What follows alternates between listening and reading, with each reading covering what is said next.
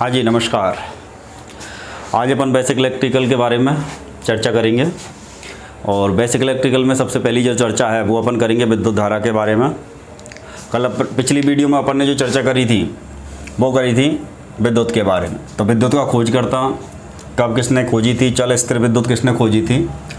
आज जो चर्चा है वो है अपनी विद्युत धारा के बारे में।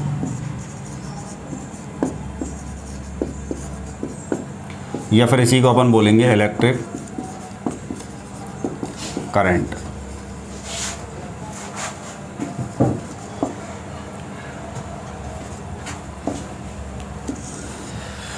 तो विद्युत धारा क्या होती है? तो विद्युत धारा की परिभाषा है इलेक्ट्रॉन के प्रवाह की दर।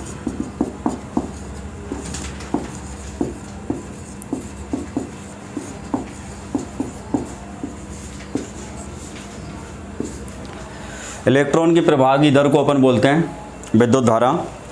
अब अपने पास में एक नया शब्द आया है इलेक्ट्रॉन।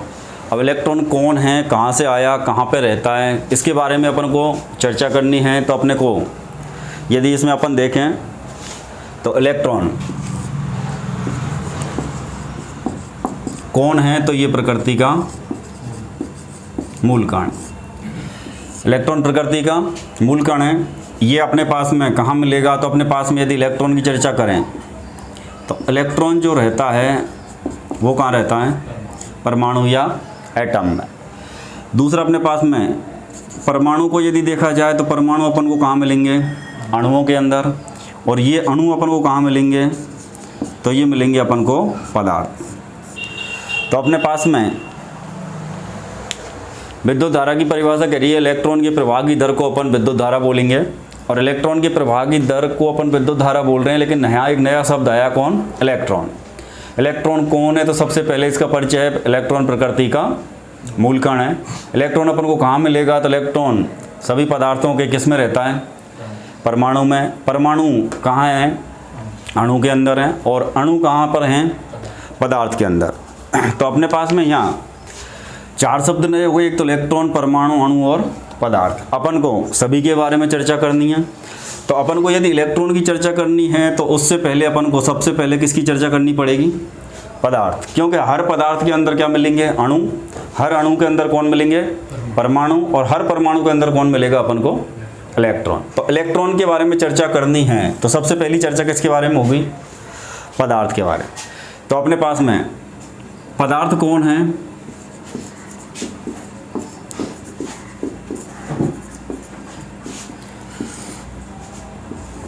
पदार्थ क्या है?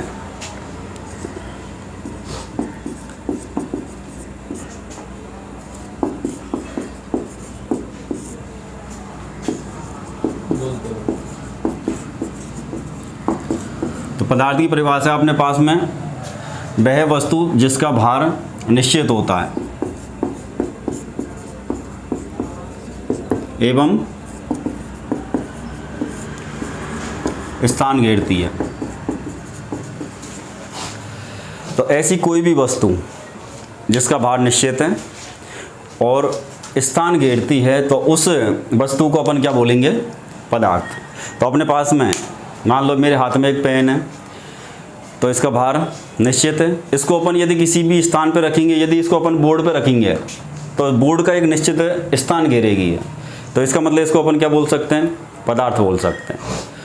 अपने पास में यदि अपन खाना खा रहे हैं और थाली के अंदर यदि अपन एक कटोरी रख रहे हैं तो उस कटोरी का एक निश्चित भार है, वो थाली के अंदर एक निश्चित स्थान घेर रही है। इसका मतलब कटोरी एक प्रकार का पदार्थ है। यदि अपन खाने के अंदर और कोई चीज़ रख रहे हैं तो उसका भार निश्चित है और वो स्थान घेर रहा है। इसका मतलब वो जो भी खाद्य पदार्थ है जिसको अपन खा रहे हैं वो एक पदार्थ है। तो पदार्थ की परिभाषा क्या कह रही है? वह वस्तु जिसका भार निश्चित होता है और स्थान घेरती है, ऐसी वस्तु को अपन क्या बोलेंगे? पदार्थ। पदार्थों को समझने के लिए कि भाई पदार्थ सभी एक ही प्रकार के हैं या अलग अलग हैं, तो पदार्थों को समझने के लिए मोटे तौर पर इनको तीन श्रेणी में बांट दिया गया। तो पदार्थ की जो श्रेणी है वो अपने पास में तीन हैं और तीन में अपन पदार्थ जो पाए जाते हैं, एक तो कौन सी अवस्था में पाए जाएंगे? ठोस अवस्था में। दूसरे जो पदार्थ हैं अपने पास में कुछ वो पाए जाएंगे द्रव अवस्था में, और तीसरे किस रूप में हैं? गैस के रूप में। तो पदार्थों को समझना है तो अपन पदार्थ की परिभाषा देखें सबसे पहले। तो कोई भी वस्तु जिसका भार निश्चित है और स्थान घेर रही है तो वो हर वस्तु अपनी क्या कहलाएगी? पदार्थ। लेकिन पदार्थ अपने पास अलग अलग तरह के हैं, तो उनकी श्रेणी मुख्य रूप से 3 भागों में बांट दी, जिनमें से अपन एक पदार्थ तो कौन सी श्रेणी के होते हैं? ठोस श्रेणी के। दूसरे कुछ पदार्थ ऐसे हैं जो द्रव्य की श्रेणी में आते हैं और कुछ पदार्थ गैस की श्रेणी में। अब अपने पास में ठोस पदार्थ किनको बोला जाए या द्रव्य पदार्थ की पहचान क्या है, या गैस पदार्थों को कैसे बताएं कि भाई ये गैस है, ये पदार्थ अपना ठोस है। अपन पेन को देखें तो अपन बोल सकते हैं कि ये ठोस है, पानी को देखें तो अपन बोल सकते हैं द्रव्य है। यदि अपन ऑक्सीजन सिलेंडर के अंदर ऑक्सीजन को देखें तो अपन बोलेंगे भाई इसके अंदर गैस भरी हुई है। लेकिन इनकी पहचान कैसे करेंगे? भाई इस पेन को ठोस ही क्यों बोला, इसको अपन ने द्रव्य क्यों नहीं बोला? कैसे पहचानेंगे भाई ये पेन है जो गैस रूप में क्यों नहीं है, ये ठोस रूप में ही क्यों है? तो इनकी पहचान के लिए अपन के पास में अलग अलग पहचान के लिए इनके घटक देखने पड़ेंगे। तो एक तो अपन को वस्तुओं का क्या देखना होता है? भार। दूसरा अपन को वस्तुओं को क्या देखना होता है? आयतन। तीसरा अपन को वस्तु का देखना होगा आकार। तो किसी भी वस्तु की यदि अपन को ये पहचान करनी है कि भाई ये वस्तु ठोस है या फिर ये वस्तु द्रव्य है या फिर ये वस्तु गैस रूप में है, तो उसके लिए अपन को उस पदार्थ के 3 घटक देखने होंगे। एक तो उसका भार देखना होगा, एक उसका आयतन देखना होगा, एक उसका आकार। अब अपने पास में भार, कई बार भार की जगह अपने के पास में शब्द आएगा द्रव्यमान। द्रव्यमान या भार क्या होता है? तो द्रव्यमान किसी वस्तु के अंदर पदार्थ की जो मात्रा होती है उस मात्रा को अपन क्या बोलते हैं? द्रव्यमान। दूसरा आयतन। तो आयतन क्या होता है? तो कोई वस्तु जितना स्थान घेरती है वो उसका आयतन कहलाता है। तीसरा आकार, तो जिस रूप में अपन को वस्तु दिखाई देती है वो उसका क्या कहलाता है?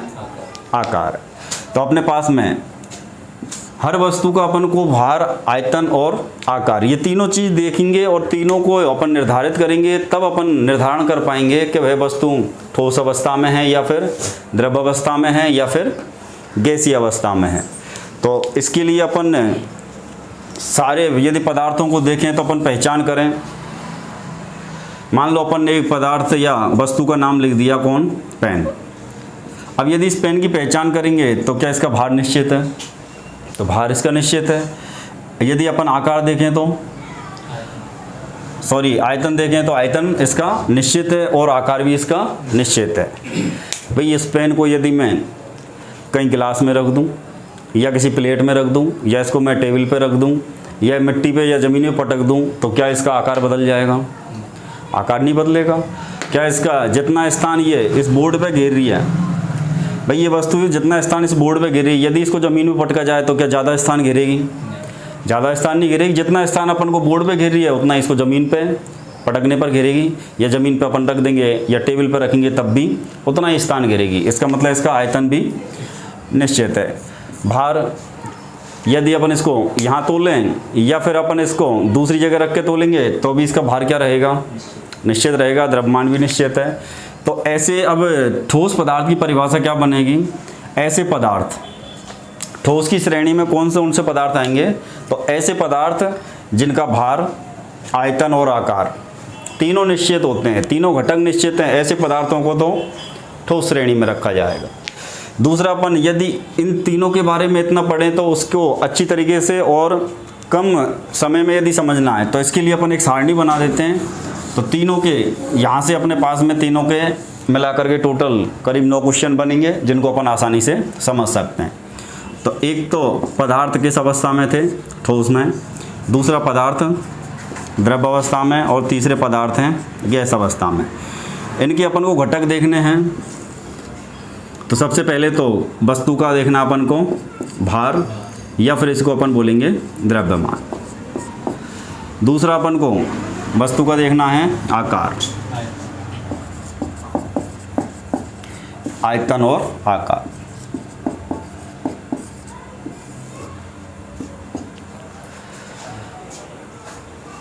तो अपने पास में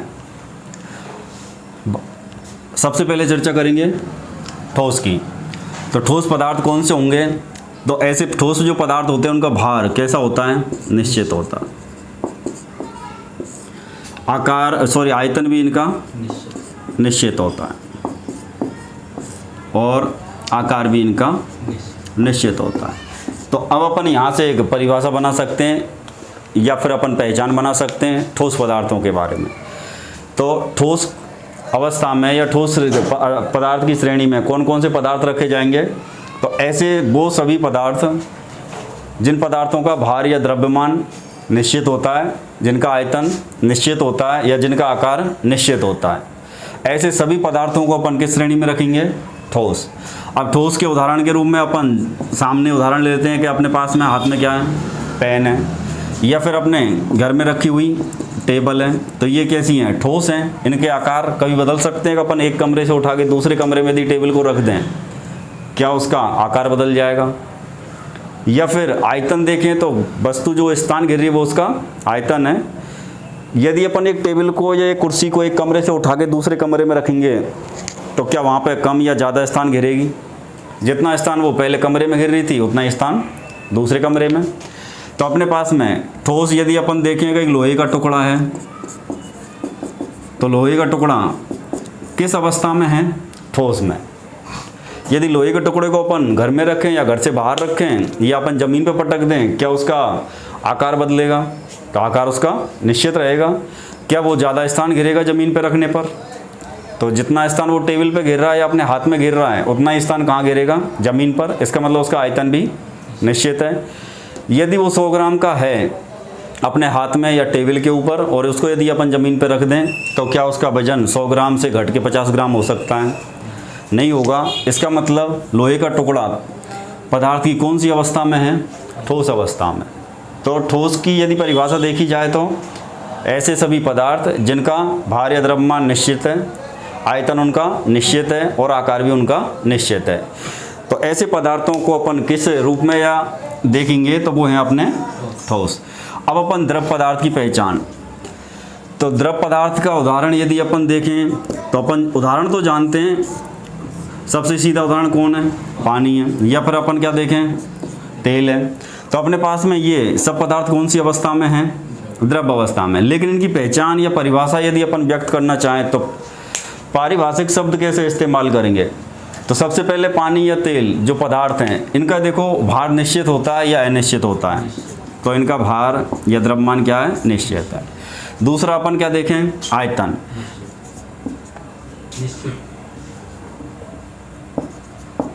आयतन भी इनका निश्चित, लेकिन आकार जो होता है वो इनका अनिश्चित होता है। आकार इनका अनिश्चित होता है। अब अपन यदि पानी को लें या तेल को, किसी को भी ले लें, यदि ये पानी अपने पास में एक गिलास के अंदर भरा है और इस पानी का यदि अपन भार या द्रव्यमान देखें और अपन माने कि ये 100 ग्राम पानी है। कितना है ये? 100 ग्राम पानी। तो अपने पास में यदि अपन एक बड़े जग के अंदर इस पानी को यदि अपन डाल दें,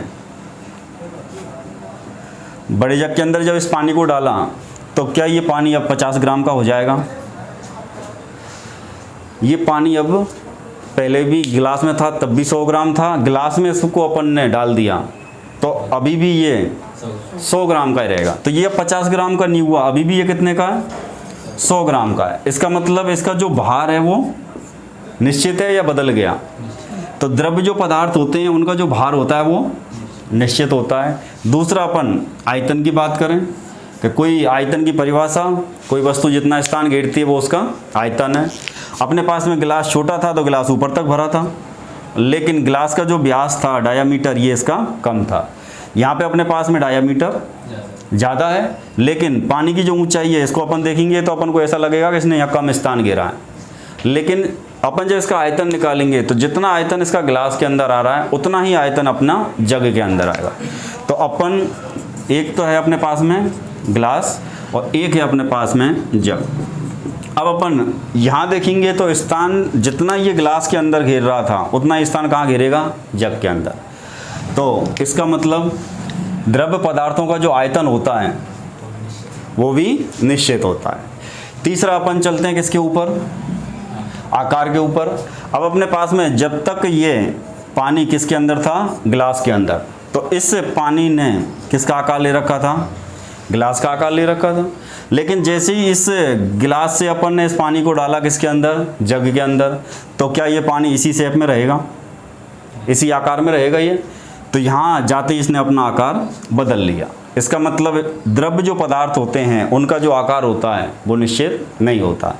यदि इसको उठा के अपन जग से इस पानी को उठा के यदि अपन ज़मीन पे रख दें या ज़मीन पे पटक दें या फैला दें, तो क्या ये इस आकार में दिखेगा? इसका आकार फिर बदल जाएगा। इसका मतलब द्रव्य जो पदार्थ होते हैं उनका जो आकार होता है वो आकार कैसा होता है?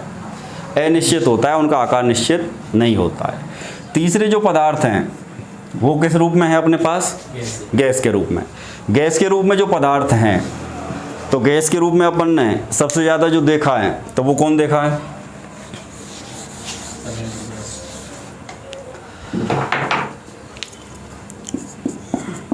तो अपन घरों में देखते हैं गैस सिलेंडर, एलपीजी वाले गैस सिलेंडर। अब एलपीजी में वो इंडेन का हो, एचपी का हो, गो गैस हो, कोई सी भी हो, लेकिन अपने पास वो गैस सिलेंडर है। इससे अपन सभी भली भांति परिचित हैं। अपने पास में सिलेंडर अपन देखते हैं कि कुछ सिलेंडर बड़े आकार के हैं, कुछ सिलेंडर अपने पास छोटे आकार के हैं। अपने पास व्यापारिक जो कॉमर्शियल सिलेंडर होते हैं वो और भी बड़े होते हैं, घरेलू सिलेंडर से ही बड़े होते हैं। और स्टूडेंटों के पास तो अक्सर 5 किलो वाले अपन बोलते हैं भाई सिलेंडर कितने का? ये 5 किलो, मतलब वो छोटे जो पेट्रोमैक्स जिनको अपन बोलते हैं। इससे अपन उदाहरण से समझेंगे सबसे बेहतर तरीके से। अपन मानते हैं कि अपने पास में एक बड़ा सिलेंडर है और बड़े सिलेंडर के अंदर अपने पास में 10 केजी गैस है। इस 10 केजी गैस में से अपन ने 5 केजी गैस छोटे वाले सिलेंडर के अंदर डाल दी, या फिर अपन मान लेते हैं किसी दूसरे सिलेंडर के अंदर डाल दी। अब अपने पास में उस 10 केजी गैस ने बड़े सिलेंडर में ज़्यादा जगह घेर रखी थी, क्योंकि वहाँ जगह ज़्यादा थी, छोटे सिलेंडर में जगह कम है। अब आप कहेंगे भाई गैस भी तो कम हो गई 5 किलो। तो मैं कहता हूँ यदि अपन 2 सिलेंडर लें बराबर के, तो ये भी पॉइंट अपना क्लियर हो जाएगा। अपन 2 सिलेंडर लेते हैं और दोनों ही सिलेंडर अपने पास में बड़े वाले 2 सिलेंडर हैं। पहले नंबर वाला जो सिलेंडर है उसके अंदर गैस है अपने पास में 10 केजी, दूसरे नंबर का है वो सिलेंडर है अपना खाली। अब अपने पास में यदि 10 केजी गैस को 10 केजी दूसरे सिलेंडर में डालें, तो यहाँ यदि इस कंडीशन में देखेंगे तो क्या उसका आकार निश्चित रहेगा? क्योंकि यहाँ भी सिलेंडर 10 केजी का, यहाँ भी 10 केजी का। अपन ने इस 10 केजी को खाली वाले सिलेंडर में यदि डाल दिया तो यहाँ आकार भी निश्चित ही रहेगा, क्योंकि वहाँ जगह जो मिल रही है वो बराबर मिल रही है। लेकिन यदि अपन बड़े सिलेंडर के अंदर कितनी गैस मान के चलते हैं? 5 केजी। अब 5 केजी और एक दूसरा सिलेंडर है जिसकी क्षमता है अपने पास में 10 केजी। 5 केजी बाहर जिसमें भरा हुआ था उसको अपन किस में डाल रहे हैं? वो 10 केजी वाले में। तो वो सिलेंडर जो 10 केजी का है, क्या वो आधा ही भरेगा या फिर उसके बिल्कुल पॉइंट रेगुलेटर तक गैस आएगी, या फिर केवल आधा ही भरेगा? तो वो बिल्कुल रेगुलेटर तक गैस रहेगी। इसका मतलब वो 5 केजी गैस वहाँ भी उतना ही स्थान घेर रही थी, यहाँ भी इतना ही स्थान घेर रही है। अपने पास में क्या बराबर स्थान घेरा है? तो ये बराबर स्थान नहीं घेरा है, क्योंकि यदि इसको अपन छोटे सिलेंडर के अंदर भर देंगे या फिर अपन छोटे सिलेंडर में भरेंगे तो वहाँ पे ये कम स्थान घेरेगी। अपन एक छोटा सिलेंडर लें और उसके अंदर यदि अपन 5 केजी गैस डाल दें, 5 केजी गैस इसमें है और 5 केजी ही इसमें, लेकिन क्या आकार दोनों का एक जैसा ही है? तो आकार दोनों का अलग अलग है। इसका मतलब गैस जो पदार्थ है इनका आकार जो रहेगा वो निश्चित रहेगा या अनिश्चित रहेगा। तो गैस को अपन जिस बर्तन में रखेंगे या जिस पात्र में रखेंगे उसी का आकार ले लेगी। तो इसका मतलब गैसों का जो आकार है वो अनिश्चित है। आयतन का मतलब कोई वस्तु जितना स्थान घेरती है वो उसका आयतन है। अपन ने 5 केजी गैस को बड़े सिलेंडर में भरा तो यहाँ उसने ज़्यादा स्थान घेरा, और जब अपन ने छोटे में भर दिया उसको तो उसने कम स्थान घेरा। इसका मतलब आयतन इसका निश्चित नहीं रहा, आयतन भी इसका अनिश्चित है। लेकिन इसमें से अपन ने 5 केजी गैस यदि भरी तो इस सिलेंडर के टोटल जो वजन में वृद्धि होगी वो कितनी होगी? 5 केजी। इसका मतलब भार जो रहा इनका वो क्या रहा? निश्चित रहा।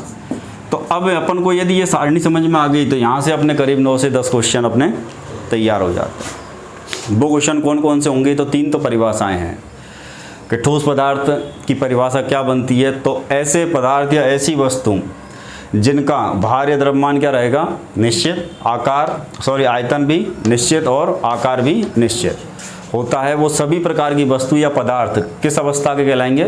ठोस अवस्था के।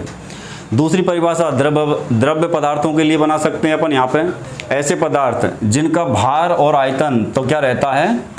निश्चित रहता है, लेकिन उनका आकार अनिश्चित होता है। ऐसे पदार्थों को अपन किस श्रेणी में रखते हैं? द्रव्य की श्रेणी में। और ऐसे पदार्थ जिनका भार तो होता है निश्चित, लेकिन आयतन और आकार अनिश्चित होता है, उन पदार्थों को अपन किस श्रेणी में रखते हैं? गैस श्रेणी। तो आगे यदि अपन बढ़ें तो यहीं से अपने पास में क्वेश्चन की दृष्टि से यदि अपन देखेंगे तो यहाँ पे अपने पास में क्वेश्चन बनेगा। 3 तो परिभाषाएं होगी, उसके अलावा अपने पास में क्वेश्चन बन सकता है ठोस पदार्थ में निश्चित होता है।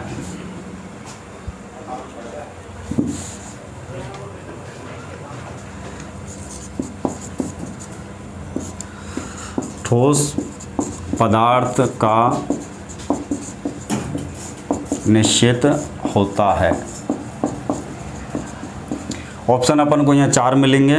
ए में अपन को दिया उसने भार, बी में दिया उसने आकार, सी दिया आयतन और डी दिया ये सभी। तो यहाँ अपन को यदि पूरी पहचान है ठोस पदार्थ की तो अपन सही आंसर लगाएंगे। तो यदि इसका आंसर देखा जाए तो क्या बनेगा? ठोस का क्या क्या निश्चित होता है। अपन को ये भी दे सकता है कौन से घटक निश्चित होते हैं। तो ठोस पदार्थ का निश्चित देखेंगे तो भार भी निश्चित होता है, उनका आकार भी निश्चित होता है और उनका आयतन भी निश्चित होता है। तो इस क्वेश्चन का सही जो आंसर लगेगा वो कौन लगेगा? ये सभी। इन्हीं क्वेश्चनों में अपने पास में यदि चेंज करना चाहें अपन तो अपन यहाँ चेंज कर सकते हैं। यदि इसी क्वेश्चन को थोड़ा सा घुमा दें, और कंपटीशन के एग्जामों में क्वेश्चन घुमाया जाता है, मेन रूप से यही देखा गया। तो कंपटीशन वाले बिल्कुल गौर से पढ़ें इसको। ठोस पदार्थ का निश्चित नहीं होता है। क्वेश्चन में चेंज है तो सिंपल सी बात है, ऑप्शन भी उसको बदलने ही पड़ेंगे। अब अपन यहाँ लिख देंगे कोई नहीं। अब अपन को क्वेश्चन को गौर से पढ़ना है कि ठोस पदार्थ का निश्चित नहीं होता है। अपन से ये पूछ रहा है कि ऐसा कौन सा घटक है जो निश्चित नहीं होता है। तो क्या भार निश्चित नहीं होता है? होता है। क्या आकार निश्चित नहीं होता? होता है। क्या आयतन निश्चित नहीं होता? होता है। जबकि ये पूछना चाह रहा है कौन सा घटक निश्चित नहीं होता है, लेकिन ये तो सब निश्चित होते हैं। इसका मतलब ऐसा कोई घटक नहीं है, ऐसा कोई घटक नहीं है अपने पास जो ठोस पदार्थों में निश्चित नहीं होता। तो अपने पास में यहाँ पे 2 क्वेश्चन ये बन जाते हैं। एक तो ठोस पदार्थ में निश्चित होता है तो आंसर लगा अपना ये सभी। दूसरा ठोस पदार्थ का निश्चित नहीं होता है। इस कंडीशन में आंसर लगेगा कोई नहीं, क्योंकि इनमें से कोई सा घटक ऐसा नहीं है जो ठोस पदार्थों में निश्चित नहीं होता हो। इनमें सभी निश्चित होते हैं। अपन यहाँ पे यदि अगला क्वेश्चन और देखना चाहें तो इसी प्रकार से क्वेश्चन आएगा किसका? द्रव्य का। द्रव्य पदार्थों में निश्चित होता है। या तो अपन को परिभाषा याद होनी चाहिए, या अपन का रट्टा मजबूत होना चाहिए, और या फिर अपन को यदि ये छोटी सी सारणी याद है तो सारे क्वेश्चनों के आंसर अपन दे सकते हैं। तो द्रव्य ऑप्शन अपन को यहीं मिलेंगे, भार, बी ऑप्शन मिलेगा अपन को आयतन, सी ऑप्शन अपन का आकार, डी ऑप्शन मिलेगा ये सभी, या इनमें से कोई नहीं, या ए और बी दोनों। वो क्वेश्चन के आधार के हिसाब से अपन आंसर देखेंगे, लेकिन क्वेश्चन को पहले अपन समझें। डी ऑप्शन में कहीं भी चेंज हो सकता है। अब अपन देखें तो द्रव्य पदार्थों में निश्चित होता है। तो क्या द्रव्य पदार्थों का भार निश्चित होता है? या तो रट्टा लगा लो, या इसको समझ लो, या परिभाषा याद रख लो, या फिर ये सारणी याद रख लो। अब अपन यदि सारणी की तरफ जाएंगे तो वहाँ से बहुत ईजी वे में आंसर आएगा। क्या द्रव्य पदार्थों का भार निश्चित होता है? तो निश्चित होता है। क्या आयतन उनका निश्चित होता है? तो उनका आयतन भी निश्चित होता है। क्या आकार निश्चित होता है? तो द्रव्य पदार्थों का कोई निश्चित आकार नहीं है, वो जिस बर्तन में या जिस पदार्थ उनको अपन जिस जगह रखेंगे उसी का क्या ले लेंगे? आकार। अब क्या ये सभी ऑप्शन सही हो सकते हैं? नहीं तो अपने पास में यहाँ सही ऑप्शन कौन कौन से हैं, तो डी ऑप्शन के अंदर फिर वही लिखे जाएंगे। तो निश्चित कौन कौन से होते हैं, तो भार और, तो डी ऑप्शन में अपन को ए ब बी दोनों ऐसा ऑप्शन अपन को मिलेगा, और जहाँ आंसर लगेगा अपन का डी। अब इसी के, ये तो हो गया अपन के पास इसी का पहला क्वेश्चन। इसी का अपन को थोड़ा सा तोड़ मरोड़ के दूसरा क्वेश्चन बना सकता है। वो केवल क्वेश्चन में अपन को यहाँ चेंज करेंगे, वो लिख देगा अपन को क्वेश्चन के बीच में क्या नहीं। और यदि अपन ने रट्टा लगा रखा है ठोस पदार्थों का निश्चित होता है, तो आंसर अपन ये और भी दोनों ठोकेंगे, फिर करेंगे नहीं वो अपन। क्वेश्चन को ढंग से पढ़ें। द्रव पदार्थों का निश्चित नहीं होता है। अब उस घटक की पूछ रहा है कि द्रव पदार्थों में भार, आकार, आयतन में ऐसा कौन सा घटक है जो निश्चित नहीं होता है। तो भार तो उनका निश्चित होता है, आयतन उनका निश्चित होता है, लेकिन आकार उनका निश्चित नहीं होता है। तो अब अपना आंसर डी नहीं लग करके अब आंसर लगेगा अपना सी। तो अपने पास में सही आंसर कौन लगा, सी। ऐसे ही अपने पास में इसी क्वेश्चन को यदि अपन चेंज करना चाहें, तो यहीं पे ऐसा ही पैटर्न का ये क्वेश्चन बनेगा, कौन सा, गैस। तो यदि अपन गैस पदार्थों के बारे में चर्चा करें, गैस पदार्थों में निश्चित नहीं होता है। ऑप्शन तो अपन को कन्फर्म है नहीं में से मिलने, कोई ना कोई चेंज कैसे भी कर देंगे वो घुमा फिरा के। डी ऑप्शन में चेंज अपनी ज़रूरत के हिसाब से क्वेश्चन के अकॉर्डिंग करना पड़ेगा। तो सबसे पहले देखो गैस पदार्थों में क्या तो निश्चित होता है और क्या निश्चित नहीं होता है। तो गैस जो पदार्थ है उनका जो भार है वो निश्चित होता है, उनका आयतन निश्चित नहीं होता है। वो जिस साइज के सिलेंडर में रखी जाएंगी उतना ही स्थान घेरेगी। यदि उसको अपन वायुमंडल में छोड़ देंगे तो वो वायुमंडल के हिसाब से ढलेगी। आयतन, दूसरी बात आकार, तो गैसों का आकार भी निश्चित नहीं होता। जिस टाइप के सिलेंडर में अपन यदि उसी गैस को एक पाइपलाइन में डाल देंगे तो वो किसका आकार ले लेगी, पाइपलाइन का आकार ले लेगी। बड़े सिलेंडर में डालेंगे तो बड़े सिलेंडर का आकार ले लेगी। इसका मतलब उनका आकार भी निश्चित नहीं होता, उनका आयतन भी निश्चित नहीं होता, लेकिन भार उनका निश्चित होता है। अब क्वेश्चन क्या पूछना चाह रहा है अपन से, गैस पदार्थों में निश्चित नहीं होता है। तो कौन कौन से आंसर सही बनेंगे, बी और सी। तो डी ऑप्शन में अपन को डी ऑप्शन उसी आधार पर मिलेगा, बी और सी दोनों। और सही आंसर कौन लगेगा, डी अपना ऑप्शन है वो सही है। इसी क्वेश्चन में अपन को चेंज हो जाएगा। अपन केवल इस क्वेश्चन में ज़्यादा चेंज नहीं करेंगे, एक शब्द को हटा दिया। अब ये क्वेश्चन चेंज हो गया और इसका आंसर भी चेंज हो जाएगा। अब अपना क्वेश्चन क्या बन गया है, गैस पदार्थों में निश्चित होता है। तो ऐसा कौन सा घटक है गैसों के अंदर जो निश्चित रहता है, तो वो है अपन का भार। तो अपने पास में अब सही आंसर डी नहीं होगा। अब सही आंसर कौन होगा, इस क्वेश्चन के आधार पर अब सही आंसर होगा अपना ए। तो ऐसे अपने पास में तीनों पदार्थों के यदि क्वेश्चन देखे जाएं तो 6 क्वेश्चन तैयार हो जाते हैं। दूसरा अपने पास में 3 क्या तैयार हो जाती हैं, परिभाषा।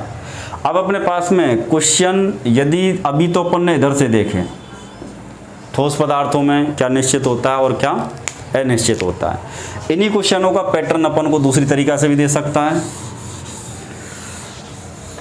तो 9 क्वेश्चन तो अब तक अपने तैयार हो गए। अब 10वें क्वेश्चन का यदि अपन को रूप देखा जाए तो एक क्वेश्चन इसी सारणी से यहाँ से निकल के आएगा, भार निश्चित होता है।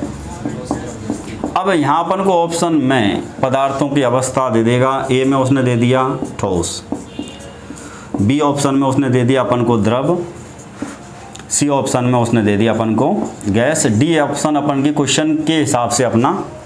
लेकिन पहले अपन यहाँ तक देखें, भार निश्चित होता है। तो यदि अपन को पूरी तरीके से याद है तो अपन सही आंसर देंगे, या फिर ये सारणी याद है।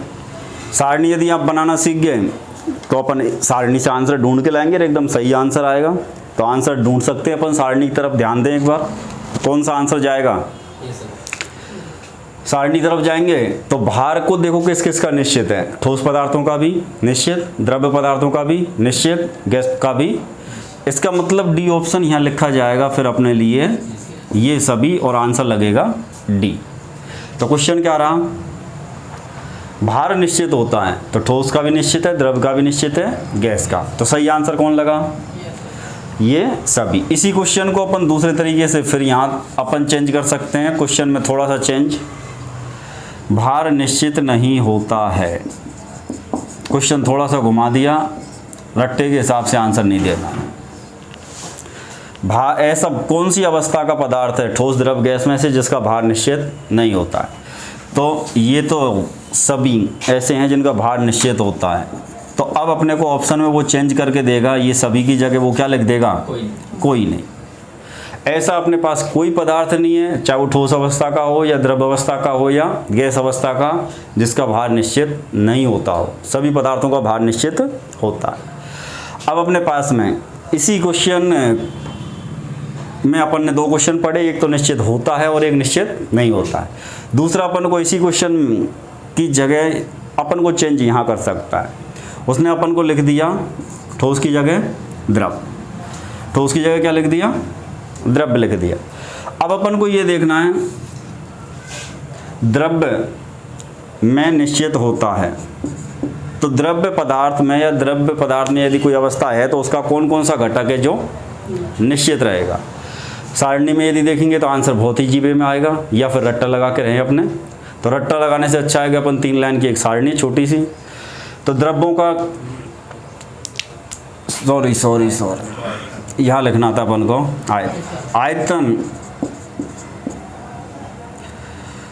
आयतन निश्चित होता है। तो अपन को ठोस द्रव और गैस में ये देखना है कि आयतन किस किस का निश्चित होता है। तो आयतन यदि अपन सारणी में जाएंगे तो ठोस जो पदार्थ है उनका जो आयतन है वो निश्चित है, द्रव्य जो पदार्थ है उनका आयतन निश्चित है, लेकिन गैस पदार्थों का आयतन निश्चित नहीं होता है। आयतन होता क्या है? कोई वस्तु जितना स्थान घेरती है। तो गैस को अपन जिस जगह, जिस बर्तन में, जिस पात्र में रखेंगे, जिस सिलेंडर में रखेंगे, उसी का क्या ले लेती है वो आकार, मतलब उसी पूरे स्थान को घेरेगी वो। ऐसा नहीं है कि आधे सिलेंडर में गैस रह जाएगी, पूरे को घेरेगी, तो उसका कोई आकार आयतन उसका निश्चित नहीं होता। तो आयतन किस किस घटक में या किस किस रूप में पदार्थ हैं जिनका निश्चित होगा?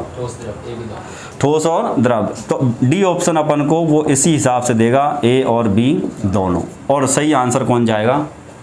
डी। अब अपन को ये इसी क्वेश्चन को थोड़ा सा घुमा के दे देगा, तो दूसरा क्वेश्चन तैयार हो गया। आयतन निश्चित नहीं होता है। अब ठोस द्रव और गैस में से कौन सा पदार्थ है, किस अवस्था के पदार्थ हैं जिनका आयतन निश्चित नहीं होता है? तो देखो ठोस पदार्थ है, इनका आयतन निश्चित होता है, होने वाला नहीं पूछ रहा। अब निश्चित जो नहीं होता, द्रव का निश्चित होता है और गैस का निश्चित नहीं होता।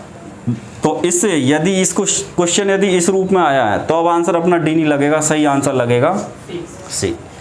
ऐसे ही अपने पास में है 5वां क्वेश्चन इसी सारणी से फिर और निकल के आया नया। अब अपन यहाँ ले लेंगे पदार्थ, कौन सा दे दिया उसने? गैस। गैस नहीं, आकार देखना अपन को, ये क्वेश्चन कर चुके पहले। अब अपन को क्या देखना है? आकार। आकार निश्चित होता है। किस अवस्था में वस्तु का आकार निश्चित होता है या पदार्थ का?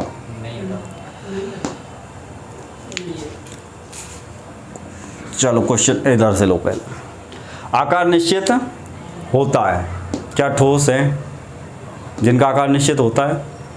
द्रव्य हैं, क्या इनका आकार निश्चित होता है? नहीं होता है। भाई इसको अपन जिस बर्तन में रखेंगे उसी का क्या ले लेगा? आकार ले ले। और गैस का आकार निश्चित रहेगा? नहीं रहेगा। तो यहाँ सही आंसर जो लगेगा वो कौन लगेगा अपने पास? सही आंसर लगेगा अपना ए। आकार निश्चित होता है तो वो अपने पास में ठोस अवस्था में जो पदार्थ हैं उन्हीं का आकार निश्चित होता है। जो पदार्थ द्रव अवस्था में होते हैं उनका आकार निश्चित नहीं होता। गैस अवस्था में होते हैं उनका भी आकार निश्चित।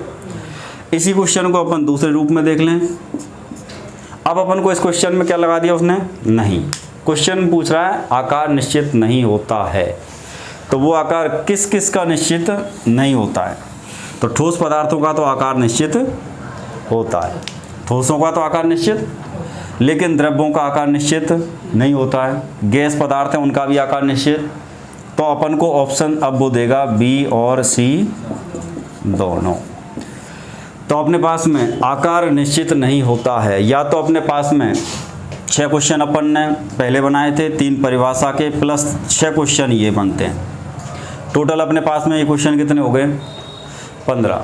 Total question 15। या तो इन 15 क्वेश्चन को यदि अपन को तैयार करना है तो इनका रट्टा लगा लें 15 क्वेश्चन का, और इन 15 क्वेश्चन का यदि आंसर देना है तो अपन एक छोटी सी क्या याद रख दें?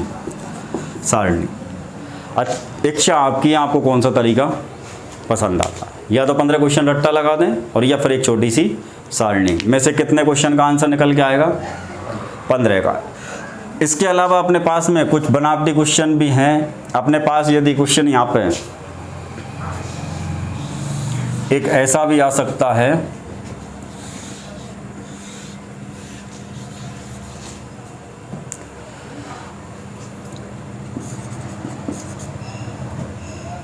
करवा दिया वैसे ये, भार निश्चित होता है, भार निश्चित होता है। तो अपने पास में ठोस, द्रव और गैस। फिर यहाँ अपन का सही आंसर कौन लगेगा, ये सब। तो अपने पास में ये सारे क्वेश्चन हो गए। तो मैंने अपने पास में यदि एक बार अपन रिवीजन करना चाहें तो पदार्थ क्या है, तो वह वस्तु जिसका भार निश्चित होता है और स्थान घेरती है, उस वस्तु को अपन ने नाम दिया पदार्थ। पदार्थों को मुख्य रूप से कितनी अवस्थाओं में बांट दिया, 3, ठोस, द्रव और गैस। लेकिन इनकी पहचान कैसे करेंगे, तो उसके लिए अपन को उन पदार्थों को क्या देखना होगा, भार, उनका आयतन, उनका आकार। तो ठोस पदार्थ की परिभाषा निकल के आएगी, ऐसा पदार्थ जिसका भार या द्रव्यमान निश्चित, आयतन निश्चित और आकार भी निश्चित होता है। उन पदार्थों को अपन किस श्रेणी में रखेंगे, ठोस में। द्रव की परिभाषा भी यहीं से निकल के आएगी, ऐसे पदार्थ जिनका भार और आयतन निश्चित होता है लेकिन उनका आकार निश्चित नहीं होता है, उन पदार्थों को किस श्रेणी में रखा जाएगा। और ऐसे पदार्थ जिनका भार तो निश्चित होता है लेकिन आयतन, आकार निश्चित नहीं होता है, उन पदार्थों को अपन किस श्रेणी में रखते हैं, गैस। इन्हीं को अपन को ऑब्जेक्टिव क्वेश्चन के रूप में पूछेगा, जिसको अपन ने एक एक क्वेश्चन को सॉल्व किया है। और वीडियो में यदि कोई प्रॉब्लम रही हो, कमी रही हो, यदि कोई क्वेश्चन आपके दिमाग में रह रहा हो इनसे लेकर के, इससे रिलेटेड ही कमेंट सेक्शन में ज़रूर डालें। जय हिंद, जय भारत।